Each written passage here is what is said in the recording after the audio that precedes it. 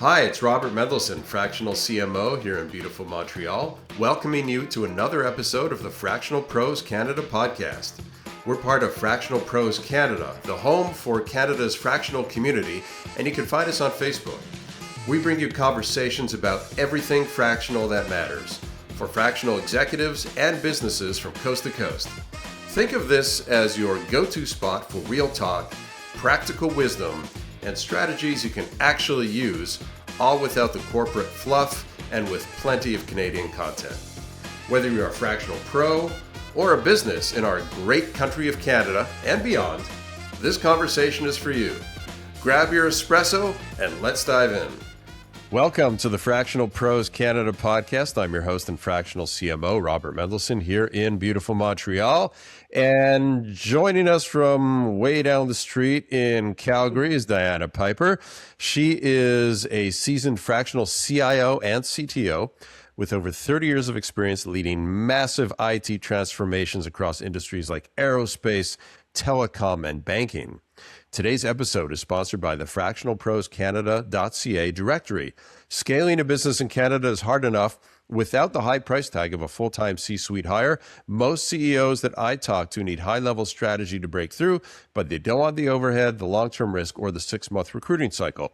So when they ask for a shortcut, I send them over to the Fractional Pros Canada directory. It's the curated hub for vetted high-tier fractional talent like Dianna, experts who step in, find the gaps, deliver ROI from day one.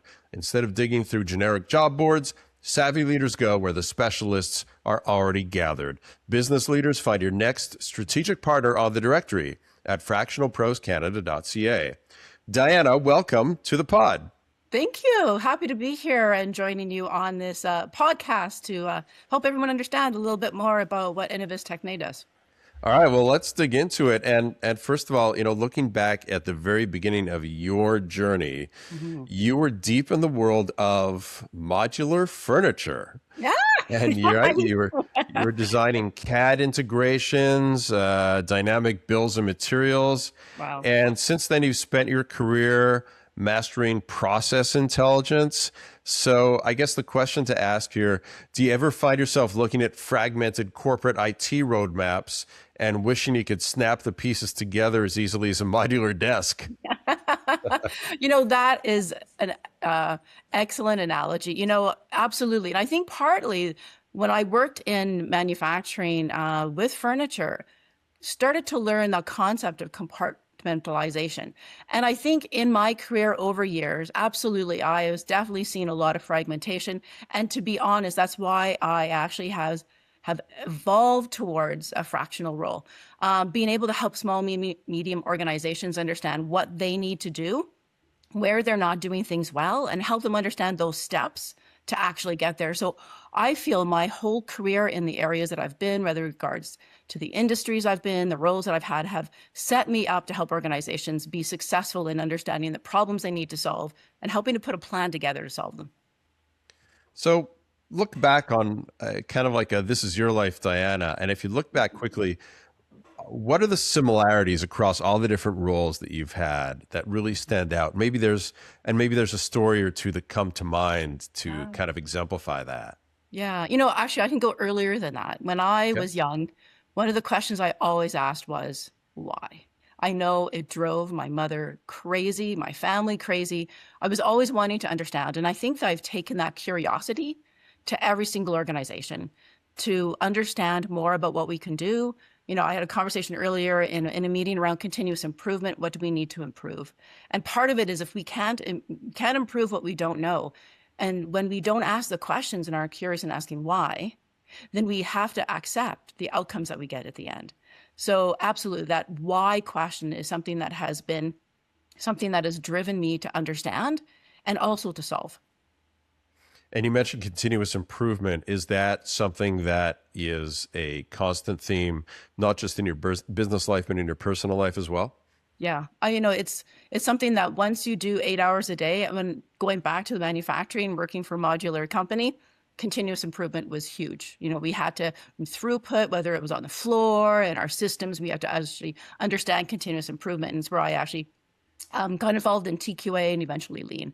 So that really drove an everyday. And yes, when you do it 8 hours a day, you get home and you go take a look at your apartment or your house, and you go, hey, how can I do things more efficiently?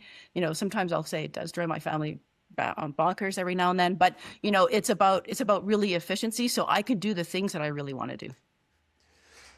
In a previous lifetime, I was running a digital transformation project, and I had to hire a Scrum Master.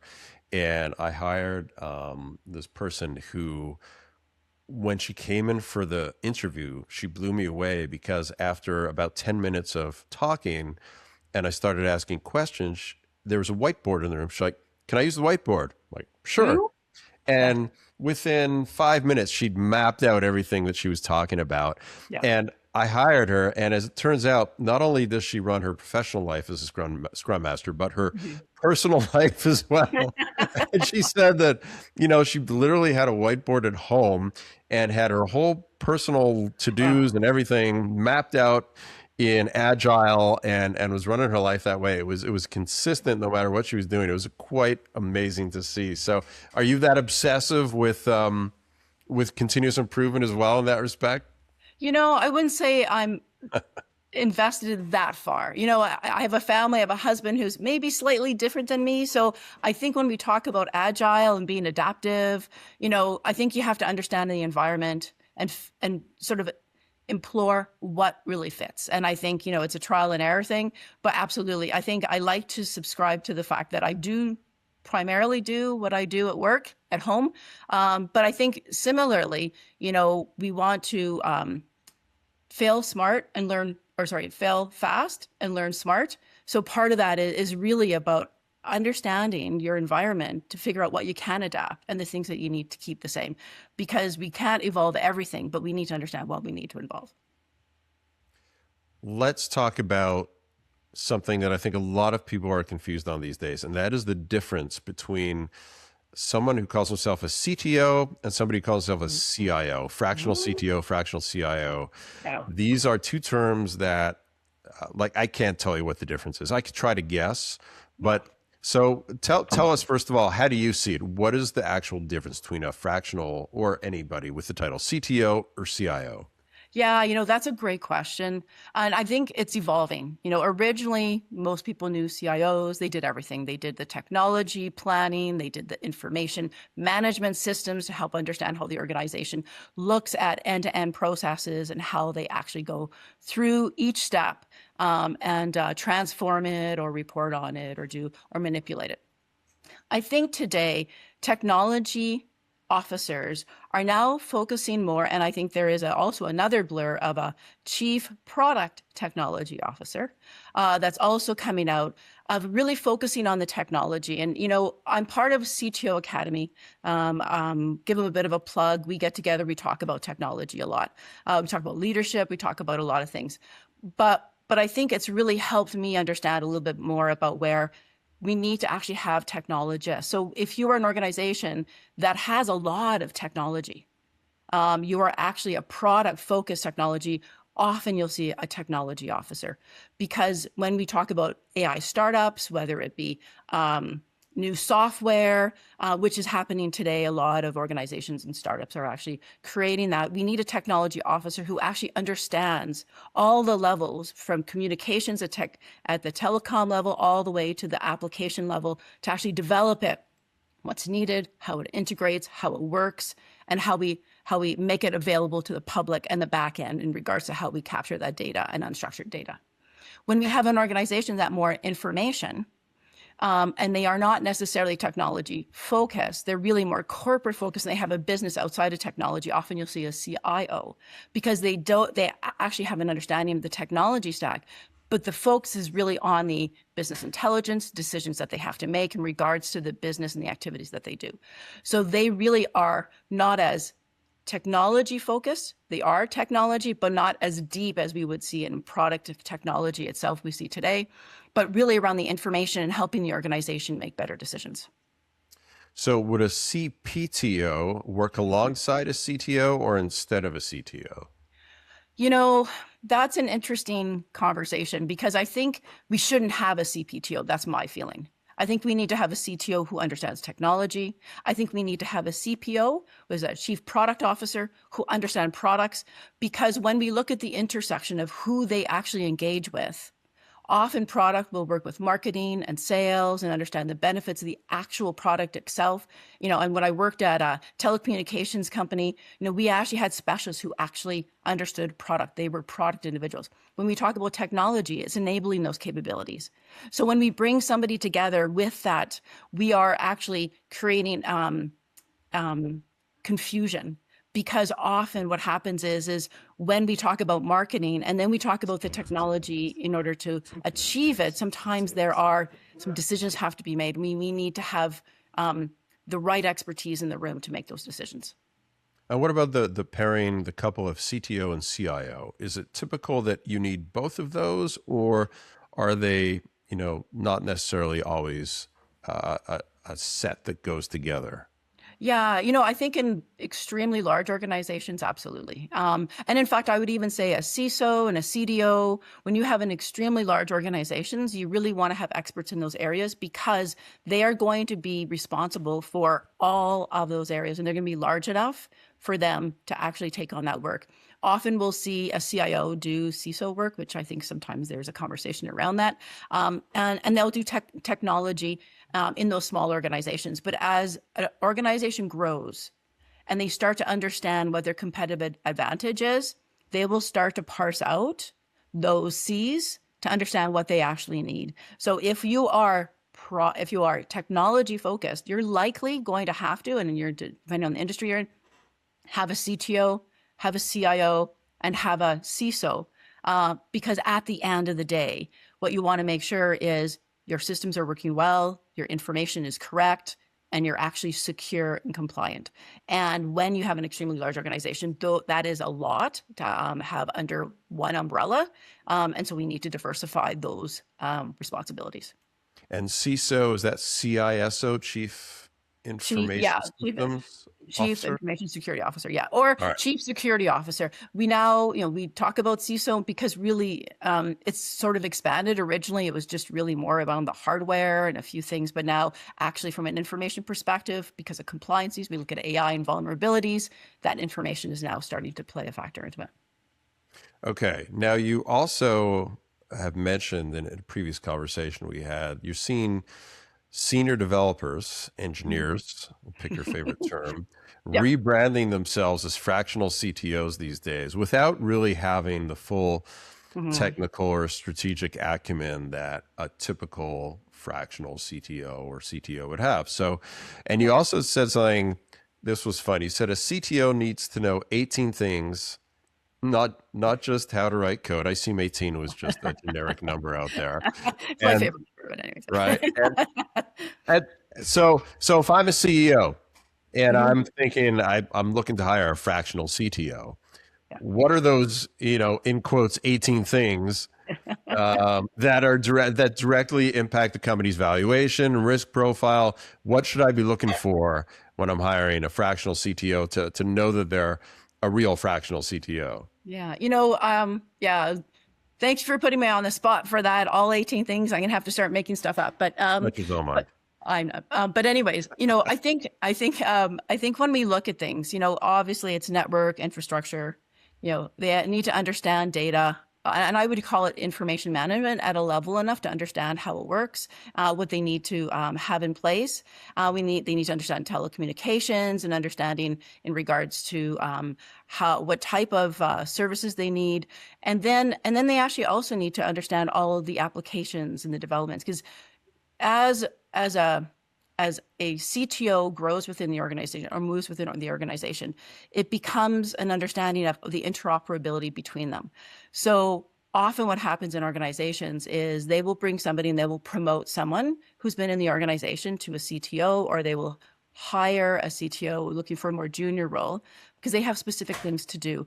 But what a CTO who has experience understands, not just today what they need to do, but is able to create that roadmap of where the organization goes and how they need to scale. So that's the exposure that they need to different environments, different concepts, different frameworks, and different methods in order to solve problems. And of course, a seasoned CTO will have that experience. A junior CTO often struggles in that. And that's where they actually get help from more seasoned CTOs as an advisor or consultant coming in. But I think the differentiation here is, when you have someone who is singular, they've done the network, they've done infrastructure, perhaps they've actually done some coding, helping them understand and bringing them up through promotion is great within an organization.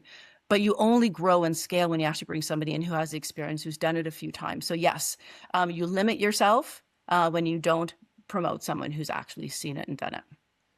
Now, another excellent quote, which you may hate me for regurgitating here. You also mentioned that in today's tech revolution, a plan written on a, quote, piece of toilet paper, which maybe worked 15 years ago, just won't cut it anymore. And of course, with the rapid rise of AI, complex infrastructure, it's becoming so important to vet for strategic depth that is more critical than ever, especially for a startup or an early stage company than it ever has been before. Talk to us a little bit more about that and why it's time to flush that toilet paper strategy down. Yeah. Your initial idea can be on a piece of toilet paper, but I think when you start to have those conversations, what you're doing really needs to come out more concrete, well thought out. We're talking today about, critical thinking. AI has been challenged, whether it's going to take away critical thinking. It's not, from my perspective. I think where we need to get to in regards to our roadmap, our plans, you talked about agile before, people thinking in small pieces, right? And that's great for some activities. But when we start to take a look at technology, we start to take a look at where we need to be. We need to understand, just like a project, where are we today? And where are we going to be in the next year or 2 years? I'm having conversations recently in regards with organizations. We need to plan beyond that 1 year. So in order to do that, it's not just on a piece of paper. It's about going through not just a similar business plan. Where are we taking this organization and putting together that plan? So when we have those conversations with our teams, when we have those conversations with our business, they are understanding how all those dots are coming together. And because today, back when I was programming, there was a lot of struggle. Today, it's a lot easier to get things started. But what the not easy part is, how do we now manage what we do so that we want to move, we can scale it easily? And those are the problems a lot of organizations are having. And without some thought beforehand, and yes, it starts with a startup, we need to think about how we're doing things, even as simple as a tech, because then what that does is it creates muscle memory that every time we want to talk about something, we want to think about something, we're thinking it as a holistic approach rather than isolating it and then coming back a little later going, oh my gosh, here's the state we're in. How do we change it? How do we evolve? How do we do this digital transformation? If you do a little bit as you go along, you don't end up in some of the chaos I've seen in some of those larger organizations. All right, so let's double click on AI and how that is working or not working for organizations today. So if I'm a CEO, I hire Dianna to come in as my fractional CTO. And the biggest problem I have right now is I've kind of started to implement AI, but I'm a little bit lost. I don't really have a solid roadmap. I'm kind of trying things. I've told my managers to start implementing AI powered systems. You come in and what do you do? The first thing I'll do is I'll observe. I think the worst thing anyone can do is come into an organization and start, taking their gun and, shooting and making change. I think you need to understand what the organization is doing first to understand where that value of where that AI can actually be applied. Today, my feeling is a lot of organizations don't understand AI. There are 3 elements to it. One is user productivity. And I think today they're starting to use it quite well. I think we can enable our staff from a perspective of the administrative stuff today they do, the searching of what they're looking for within the organization or outside. How do I create a contract or how do I do this? Lots of rich information that they can understand how some basic steps are. How do I apply it? How do I company-ize it to make it palatable for the organization? Second part is, how do I integrate it into my technology solutions? And that one's the harder one. And that one is where you sit down and you take a look, where are we? What do we do? What's the biggest value?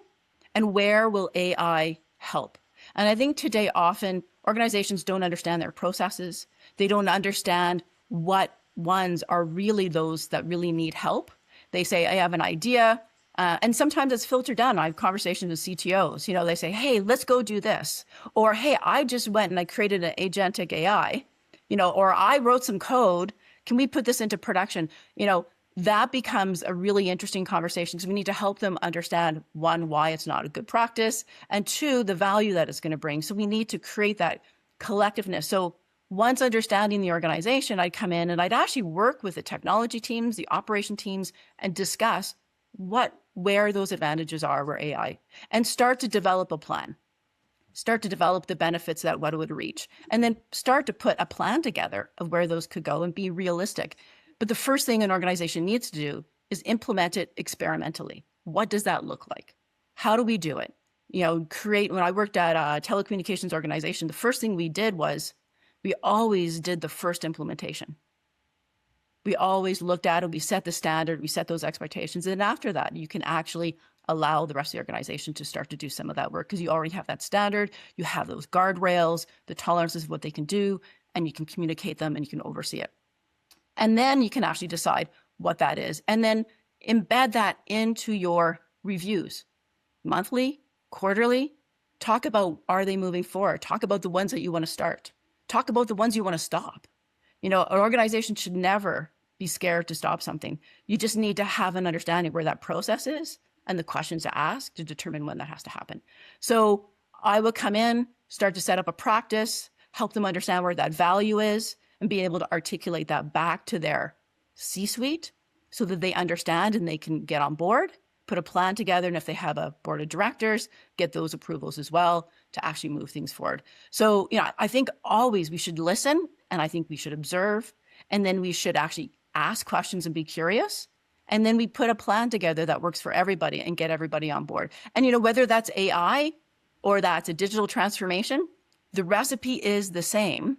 But we seem to think all of a sudden, because we think that we can reduce costs, we can do these things, we're going to leap, jump, frog ahead and skip all the really great things that need to be done. And the reality is we just need to step back and do all the process and the good practices that we normally do. Yeah, that's really the best practice. That's what it comes down to. And again, AI is no different than any other tool, than any other change. Change management best practices don't change, whether it's implementing AI or transformations or any of that fun stuff. And it really comes down to a little bit also the whole different points of view of should a change be top down or bottom up. And you hear about the big tech companies, at least, and perhaps there's others out there who are literally telling their staff, for the next month, stop what you're working on. All of our product roadmaps, we are just stopping. And for the next month, just go and play with AI tools and think about how we can use them in our business for what you're working on, for things that you could work on now that you never would have been able to before. And we're just going to dedicate a whole month and delay everything. But we believe the value that we're going to get out of this exercise is so exponentially massive that those delays are going to be insignificant. Yeah, absolutely. And to be fair, you know what? We know because of what's happening today in Oracle, layoffs, we've seen it in Microsoft in the past, they've been doing it already. That's how they've been able to innovate, because what they do is they give their staff an opportunity to play. We need to experiment. We need to be able to give our staff an understanding and use that critical thinking that we want them to use and how it's going to benefit the organization, and then create those opportunities for them to help lead that. Now, speaking of critical thinking, you mentioned before, you don't believe AI is ever going to replace critical thinking. I am not so sure. I think it's still a ways away, but I mean, the direction things are going, I think it's going to get there slowly but surely. Yeah, it's interesting. The analogy I give is, before AI came along, regardless of what you did, of course, in tech, we would often talk about software. Or I would talk about network. I would talk, everyone has an opinion. I look at AI as an opinion. And if I'm junior and I listen to someone who I think is senior, then I may put more value on what they have to say. I think when we use AI, we need to understand the level of its understanding and question it every time we use it. And I do. In my practice, whenever I use AI, and I use AI a lot, I think it's great from a perspective of helping people understand some things that they might forget. Because we as individuals get on in various things. We are multitasking. And sometimes when we want to do something, what ends up happening is there's 18 things and we only think of 10. So AI can help us understand what those other 8 are to keep that full picture. But when it comes to the content of what was in those 18 things, if we don't have an understanding what it is, then it's incumbent on us to make sure that we understand. Because whatever we say, when we use another opinion, and that another opinion could be my neighbor, it could be my colleague, it can be my boss, it could be my subordinate, and it could be AI, that I need to make sure that I'm being responsible and the information I'm sharing is accurate. So if critical thinking is going to, we thought many years ago that a calculator was going to stop people from being able to add. It didn't. I think the reality is we need to teach people how to use it, how to frame it, and then how to share it with the responsibility that we have with any idea or opinion that we have today. Not sure I fully agree with that, because this happened to me a few times. I go to the store, and the rare time where I'm going to pay in cash because I have some loose change in my pocket, or I have an extra $5 bill or whatever, and I give it to the cashier, and the total is $2.73, and I give them a $5 bill. They're frozen. They're looking at the 5, they're looking 273, and they don't know how much change to give me. And so I'm not, and these are typically, people who I'm going to go are 25 years old or younger. Oh, That's happened to me. Yeah, it has. It's happened to me with people who are older. I don't think it's 1 or 2 or 5 or 10 experiences, really, from my perspective, is representative of everything. And yes, I totally agree. Another analogy would be is when you become like I have in my family, my father-in-law, my mother-in-law, my mom and dad, who have had to go in and do their driver's license. You have to draw a clock. What are we going to do in 15, 20 years when, that might have to change. We have to shift, right? So I think that just because someone doesn't know how to make change isn't indicative of the fact that that we're losing touch on being critical. I think what we have is we've moved what that critical aspect is. And yes, it is better because sometimes we get thinking people make mistakes. And so part of that is taking that out. So when you go to that cash register, you give that $5, you paid $2.10 for the item, and they give you $2.90, and it has to calculate it. They make sure that person doesn't make a mistake. And I think from the end, it's where is it that we need that thinking?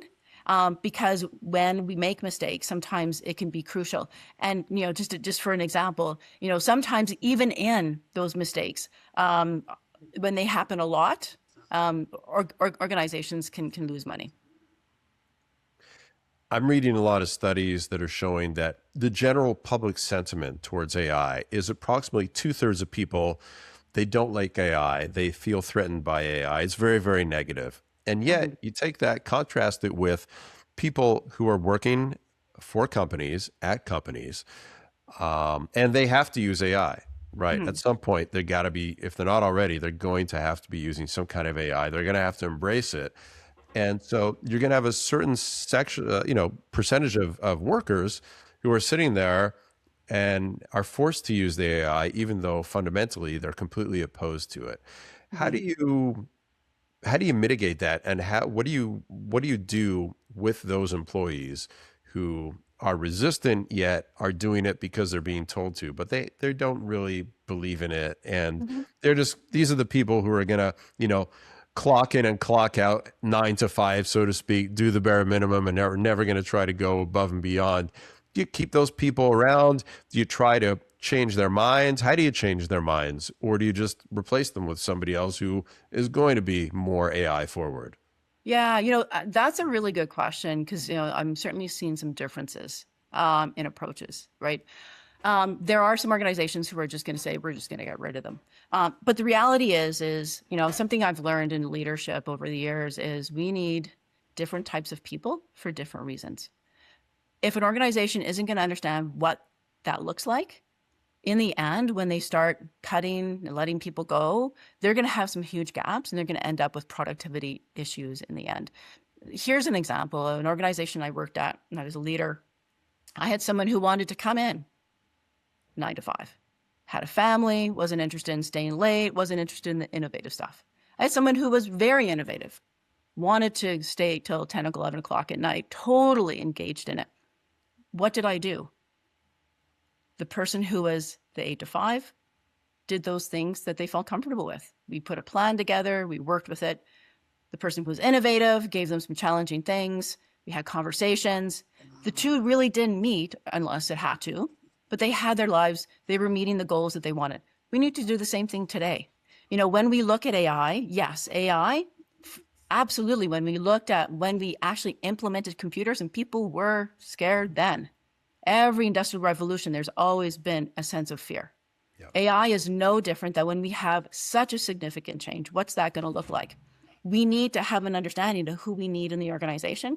And the reality is, yes, we may actually have to let people go.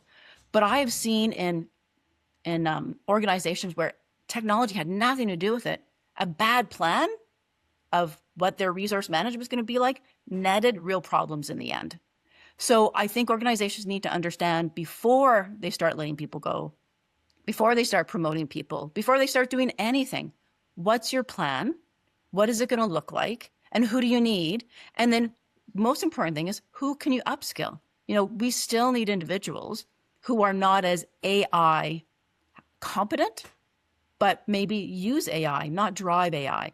So, I think in the end, what we can do is have those conversations with the people who are maybe not as AI savvy, understand some things that they can do, and then help fold them into that change. I think where people become negative is not in the change itself. It's in the process that they get to the change when they're not involved or understand how they fit. And I think if we can, go back to your comment earlier, change management, so critical to how we do that. And being able to help people understand how they can move with this, still honoring what they want to do, not challenging them at a place where they feel uncomfortable with, and creating value for the organization. It's a funny thing about technological shifts throughout the ages. I was walking through Old Montreal yesterday, and I passed a little street where there's a little small section, little patch of green between a few old buildings, and there's a little plaque that said, this is a bit of like a little historic site. This is where back in the early 1800s, when people would be coming to that area of town for trade, this is where it was kind of like a parking lot, what we would call today a parking lot for horses. That's basically what it was. Wow. And you think about how, obviously nobody's riding around on horse anymore, but not only that, there are no longer any horses roaming around Montreal. There used to be, up until a few years ago, you could come to Old Montreal, and in the summer you could do the touristy horse and buggy thing, but that is now banned as well. Oh, wow. And it's funny because it has nothing to do with technological shift. In this case, it was kind of like animal rights, saying you have horses out here who are, in weather that is too hot, and it's cruelty to animals. And so the whole thing just got banned for a completely different reason. Yeah. So it's interesting how these things shift and are affected by all kinds of different macro factors that we don't even think of, and where this all goes is really interesting. Yeah, I think there are many facets. I'm doing a series with an individual on workforce information. That's something that I think a lot of organizations don't think about, and how we actually treat it, how we secure it, and the privacy and litigation that can happen when we don't. And I think, sometimes other areas come in to help organizations or situations understand it from a different lens of what that looks like. Because I think a business is going to make business, and I think we know the whole concept is that they are going to create some revenue and they're going to create some value. But the reality is, it's in between. There are a lot of other factors that can come into play in order to help shape what that actually looks like. How does a CTO, or sorry, how does a business leader measure the success of a CTO as far as KPIs? What are the typical metrics, and particularly the top 2 or 3 KPIs that a company is looking at to see if the CTO is doing a good job or not? There's actually a few. Just one is, are they performing to the roadmap that they produced? And I think similar to a project, it's not the measure isn't you said January 1st you were going to deliver and you delivered February 1st. I've always have understood, and I feel that when we put a plan together, that plan's going to change. It's that process to get there, and is everyone on board? And the success isn't just in that date. It's in the approach and the delivery of what that looks like and the communication strategy that they use in alignment. So I think definitely, are they meeting the expectations that they said they were going to meet in a reasonable way? So that's one measure. When we take a look at keeping the organization secure, are they looking at the right elements of the organization? Are they strategizing in a way to help the organization stay safe? And are they letting the organization know the things that needs to be done in order to be safe? Third would be, I think, from a perspective of their infrastructure. Is that shifting and changing to meet cybersecurity requirements? Is that shaping the organization from a capability perspective to be scalable? And that's a measure, I think, when we talk about infrastructure itself and the plan and getting there. So there's the capability side of meeting things, and then there's the infrastructure side of keeping up with it so that the organization can stay malleable. And then I think the third is within the team. I think we always have to measure what that tech team is feeling. I think, through, I wouldn't say 360s, but through surveys, understanding, do they think they're on board? Do they think they're doing the right thing? Because I think often when you talked about top down and bottom up, if it's always top down, then people aren't having input. And really often our staff are the eyes of the organization. They know what's going on. And if we're not having a feedback system back to the leaders, we're really missing out on some opportunities of efficiency, productivity, and contribution that creates that retention we really want in organizations, because it's through that institutional knowledge that often organizations keep ticking at the pace that they are ticking at.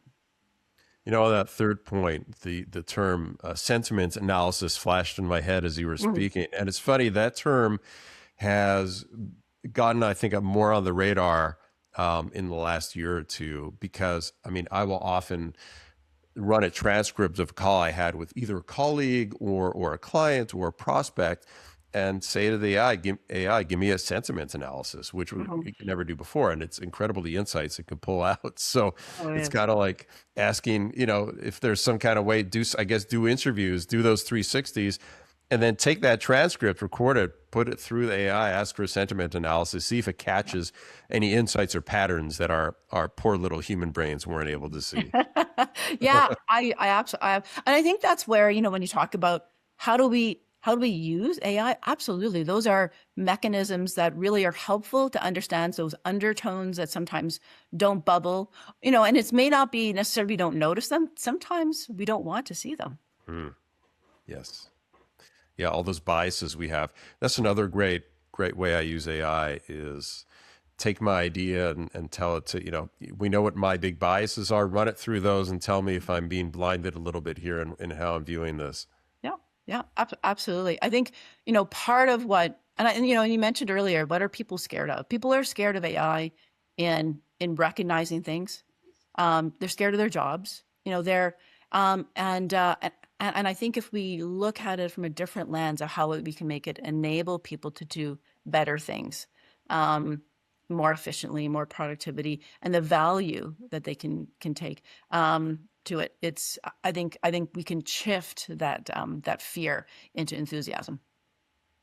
If you look at the tech stance of a typical Canadian business today, anything that comes to mind as far as one emerging technology, other than, the hype Oh of yeah. ChatGPT, et cetera, the normal stuff, well, I'll call it the normal stuff that most people are doing or using right now. Yeah. Anything that comes to mind that businesses are the most unprepared for at this point? Ooh, yeah. Actually, another emerging technology, post quantum. Those are conversations. And I did a presentation yesterday in regards to trade corridors and things we have to consider in regards to diversifying our trade strategy. Cybersecurity is one of those, and PQC and post quantum is really closer than we think. And I think for businesses, it may not necessarily be what's the word I'm looking for. Engage in it directly. Most of the organizations today are small, so they not necessarily will be as impacted, especially if they're implementing SaaS solutions for the most part, if they're extra small. But they need to start thinking about it. We need to start thinking about it for our laptops. We need to start thinking about it for our servers, what we're looking at shifting our hardware, because of course we know that the turnover is roughly 3 to 5 years. Start being aware, what are they looking for? Because in the end, it's not the conversations and the information that's being transmitted today are going to be the vulnerabilities of next year and the year after. Don't say that hardware is 3 to 5 years, because this laptop that I'm on right now is very, very senior. It's past the 5 year mark and still going strong. So I'm just giving a little tap here to I haven't named I it, but know. hey, Dell, you just I keep know. I hear you. keep on trucking, Dell. Um, Yeah, and absolutely, I think for most people at home, their laptop's going to last 5, 7, sometimes 9 years, depending on what you're doing. Today, it may last a little longer, but the reality is for businesses, they need to keep things secure. So, and also too, if they're going to be truly running applications, that hardware is likely going to have to change because of the support. And, maybe this is a plug for something else.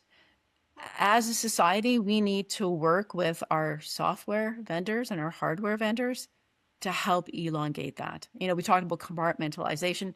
How can we get to a point where we don't have to do that because the support agreement is going to end? So we need to have those conversations. Yes, technology is changing. Yes, we are shifting, but can we create it in a way that makes those, from an investment perspective, last longer? Yeah, and meanwhile, I've been trying to get my hands on a Mac Mini to run agents, and quickly discover that these are in such high demand that the Right. prices are either through the roof, or the wait times are excessively long. Yeah. And I'm saying to myself, do I wait a few more months till somebody figures out how I can just run that on a PC instead of having to? Because I hate anything Apple to start with. I'm 100% all Windows and no anti-Apple in general. Yeah. So even thinking about looking for a Mac Mini is way outside of my normal box. Any insights? Is it coming down the pipeline in the PC world, in the Windows world? I'll be honest with you. I'm that's not something I'm actually following right now, so I can't answer that question. But I think like anything else technology related, the answer is yes. But there are people who are going to want to be bleeding edge and going to pay the big bucks today to be in the know and capable. And then there's going to be others who are going to say, you know what, it's not as important, and it depends on which side of the fence you're on. All right. Well, if anybody has an extra Mac Mini, send it my way. Um, Dianna, you mentioned before the term post-quantum. Now, that would imply that we're already in the quantum age. Is that correct? I think today, we already have quantum out there, right? The reality is we know that those big organizations like Amazon are already using quantum. So the reality is how commercialized is it? And they are being used in there's obviously research, we know that already. So, but it's how do we commercialize it from a secure perspective, and those are the kind of things that are happening. I was at a security conference about a year and a half ago. We actually had someone quite up in the security arena in Canada talking about, are we seeing incidents across the world where quantum computing is actually causing threats to organizations. And let me put it this way, no answer was an answer. And I think we do know that it's happening. We already seen AI, already accelerate. Quantum is definitely huge. And I think from a perspective of moving forward, this is where I've been talking and the speaking engagements I've been in about quantum. Organizations need to start thinking about it now. Is one of the problems that AI is dominating the technology news cycle so much that there's just no room to hear about anything that's going on in the quantum world, even though there is a lot going on? Yeah, I think it's a couple of things. Yes, I think AI, people are enamored, the shiny bulb. I think they're, fear of missing out, right? And I think that's where that conversation of that CTO coming in or an advisor coming in to take a look, does it really make sense? And there are some organizations where maybe AI doesn't make sense right now. And maybe it's something you build in going forward, right? Or it's not as big as you think it is. And so that attention is taken away from some of the architecture. But naturally, most people feel that the architecture behind quantum is really going to be with their managed services, right? It's going to be, whoever our data center is or whoever, someone else is going to be taking care of it. But the reality is organizations need to sit back. And it's not necessarily in your wheelhouse of, these are the things I need to know, but what are the questions I need to ask? And those are the kind of things that aren't happening. We need to make sure in organizations, they have the individuals who can understand what questions they need to ask. So yes, AI is getting in the way, but I do think that the responsibility of where they think it sits isn't in the right place. And the right place is actually in the organization because they're ultimately going to be accountable. All right, Dianna, we'll wrap it up with the last question we always ask our guests here on the Fractional Pros Canada podcast. If you could put one message on a billboard for millions of business leaders and fractionals to see as they drive by it every day on the highway of life, what would that message be? Are you talking about technology every month at your meetings? Are you talking about technology every month at your meetings? Dianna, thank you so much for joining us. I feel like we geeked out a little bit here today. It was fun. Thanks for joining us on the Fractional Pros Canada podcast. Thank you for having me. It was enjoyable. Appreciate all those questions and being able to have a conversation around technology was awesome. And yeah, you're right. Totally geeking out. All right. Thank you. Take care. Thank you. That's a wrap on another episode of the Fractional Pros Canada podcast. If you're a fractional professional based in Canada, we'd love to have you join us in the Fractional Pros Canada Facebook group, the home for Canada's fractional community. It's where Canadian fractional executives connect, share insights, and help each other succeed. Until next time, I'm Robert Mendelson, Fractional CMO. May your impact be full-time, even if your hours are fractional.